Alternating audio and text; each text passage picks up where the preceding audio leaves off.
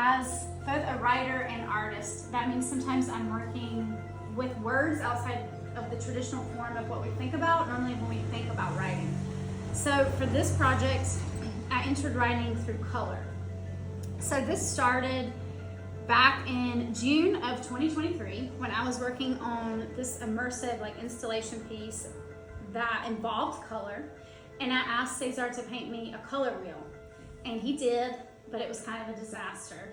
It didn't work out all like I wanted, and that piece is now in his studio. It's been made into something else, so it was a success in a different way, and this was too. It went in a different direction than I thought. So that piece involved color, so I asked him, still give me the colors, he'd already mixed them. So he gave me the colors, and I made a piece that looks just like this, pages with color, and that went into that installation. But I loved the way it looked, so I made a second piece for myself. So same thing, pages with a strip of color painted at the top, and I decided to use that for that month for my writing journal. And I just loved it. I just thought it was a beautiful piece. So every day I was just taking the page, writing as normal, not thinking about the color at all, just appreciating just the beauty of it, just doing my writing and loving the way it felt. It was just so tactile and sensory, so different than writing just in a regular journal. But what happened is I kind of discovered a few days into it that there was always something in the writing that sort of related in some way to that color. And it was like the writing was revealing to me how I felt about that color, or it always seemed to match the quality of the day somehow. And so what I started doing is going back through the writing, reading it, and finding a word or phrase that felt it encapsulated everything and matched. And I used that to name the color then. So this one was Mirage. So for example, here I have this one. The weather is the breath of the earth. If you can't feel her, how will you know her? To feel her on your skin is to begin. So I pulled that line, to feel her on your skin is to begin, in Spanish, sentirla en tu piel es comenzar. And that became the color of this, the title of this color here. To feel her on your skin is to begin. So every day I was doing that. So this one here, these are all excerpts of that project. So this one here, this piece of writing ends in my body, the bridge el puente. So that became the name of that color, my body, the bridge el puente.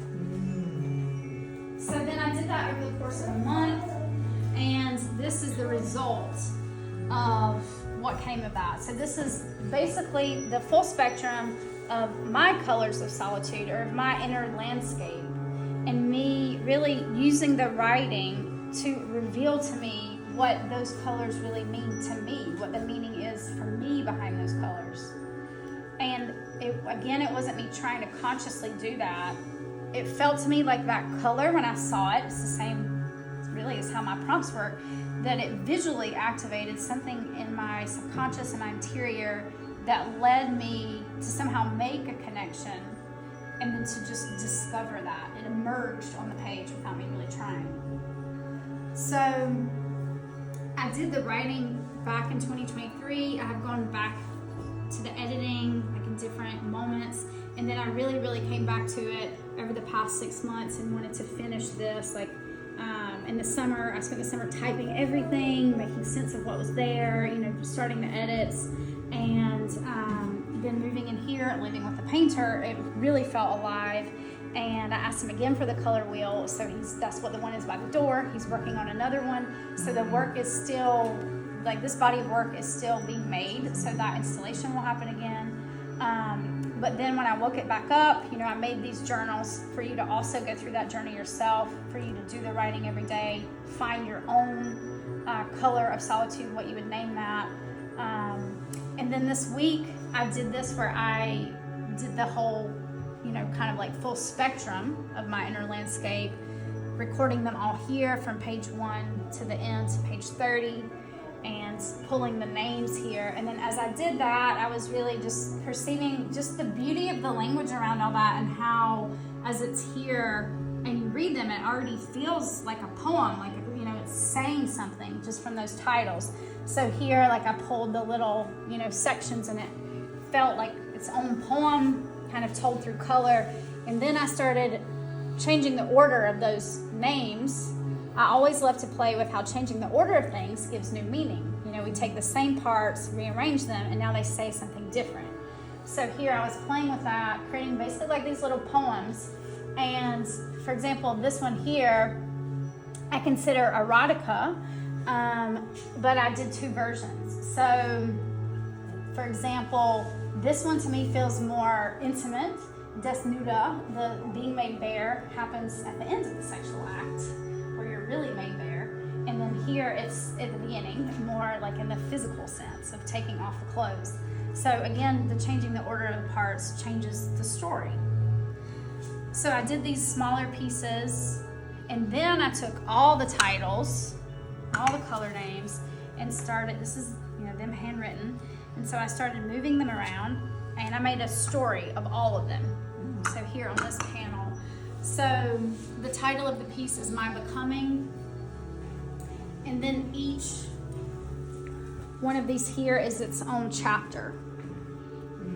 So basically this is a story about going into the self, journeying into the self and coming back out again. And how do those journeys normally begin? With some sort of illusion that needs breaking. So chapter 1 is mirage, seeing something that's not there. Then clouds heavy with earth, receding into the flood. So having this, you know, weight, everything inside, really feeling that. The undoing, desnuda, that causing this thing inside, this breaking up of something, being made bare. Then here in this chapter, a sense of being at cliff's edge, barely without foothold here. Then with a human bodysuit of skin made for jumping in. So looking down and realizing that you have everything you need already for the journey, and then making the jump, moment of contact. In the river, I will quiet and turn to sense. So leaving this overthinking mind and going more into the sense body, the sensory self. Here being in the river, milk, bathing in the mother's milk, the river. Here being completely in the sensory self, or what I call the animal self, and really receiving the other languages beyond the words, the languages of the senses. So the smell of 7 earths rise, eyes leading restive body, all of mind, impulses that lean, density of knowing. So arriving at a different type of understanding that's more about the gathering of everything into the self. Then waxing gibbous, so a change in the cycle, something shifting. Then here, new leaf now open, light on new leaf, polysynthesis. To feel her on your skin is to begin. My body, the bridge al puente. So the body being this bridge between the external sensory world and the inner sensory self. A different kind of awakening. The pair hidden in its shadow. So seeing that the thing you were looking for was already there inside the self, just in the shadow. Then return to self. Then ellipsis, ... The takeaway of the journey. The realization that when we name it, you are all this. All of it, not separate from it. Period. So as I did this and I had all the parts, what it felt like is I wasn't writing the story or creating it. It was revealing itself to me. It was there. It was in the parts, and I was just finding it. I was discovering it. And the punctuation was there. I had a title, a color name already that was ellipsis. I had one that was period. So it was great because I'm like, wow, I even have a punctuation that's here. And for me also, waxing gibbous is a type of punctuation, because it's like the punctuation of the sky. You know, it's the punctuation of the cycles that we live in. It's, you know, it's there for us in another language. So to me, it was kind of pulling this visual punctuation and using it in that way. So it's saying cycle change, you know, almost like a semicolon or something like that. And then this is the part that comes after. And then these are little like excerpts. So these are basically little chapters, but they read as their own, you know, it's shorter turning point to turning point. So it's like a shorter story, piece of the big one. And these as well. And I just loved how, just by playing with the words themselves, it revealed these palettes of color that I would never create. You know, like I wouldn't think to put those colors together, to like put this with that, you know, but I just love the way it looks together. You know, to me, it makes sense, it works, and it's like this beautiful thing that the language or the understanding led me to discover. So the idea is you can go on this journey yourself. You know, you can take the journal, do your pages of writing every day. Again, not really thinking about the color, but just letting that activate something. And then going back through the writing, discovering something there that you feel relates to the color, and then naming it for you, and you discovering what are your colors of solitude. You know, what does your inner landscape look like in color? And then if you're interested in the actual writing that I did, then I have excerpts here printed on my handmade paper with the color. And then to get all of the writing from the project, you can scan here to subscribe to Substack, which I think maybe you already have done. And I'll release those soon.